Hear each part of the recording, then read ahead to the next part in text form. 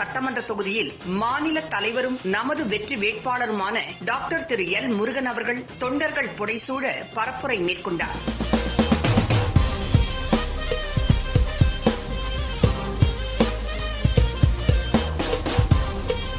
மேலும் வீடு வீடாக சென்று மக்களிடம் பாஜக மற்றும் பிரதமர் திரு நரேந்திர மோடி அரசு செய்த சாதனைகளையும் மக்களுக்கு இதுவரை வழங்கப்பட்ட திட்டங்களையும் எடுத்துக் கூறி வாக்கு சேகரித்தார்.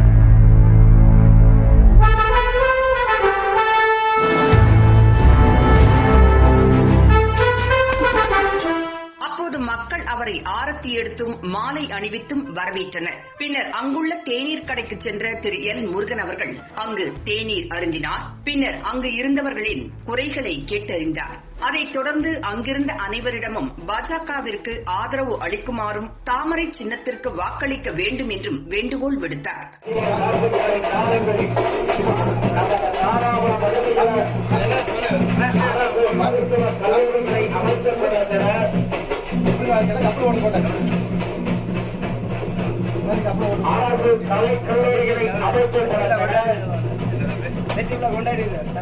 தேசிய கட்சியின் மாநில தலைவராக இருந்த போதிலும் எளியவரைப் போல் தேநீர் கடையில் தேநீர் அருந்திக் கொண்டு அங்கிருந்தவர்களுடன் திரு எல் முருகன் அவர்கள் உரையாற்றியது அனைவரின் வரவேற்பையும் பெற்றது என்றும் மக்களின் நலனில் அக்கறையும் தொகுதி மக்கள் குறித்த சிந்தனையும் கொண்ட நமது வெற்றி வேட்பாளர் திரு எல் முருகன் அவர்களை ஆதரிப்போம், தொகுதியை மேம்படுத்துவோம், வாக்களிப்பீர் தாமரைக்கு.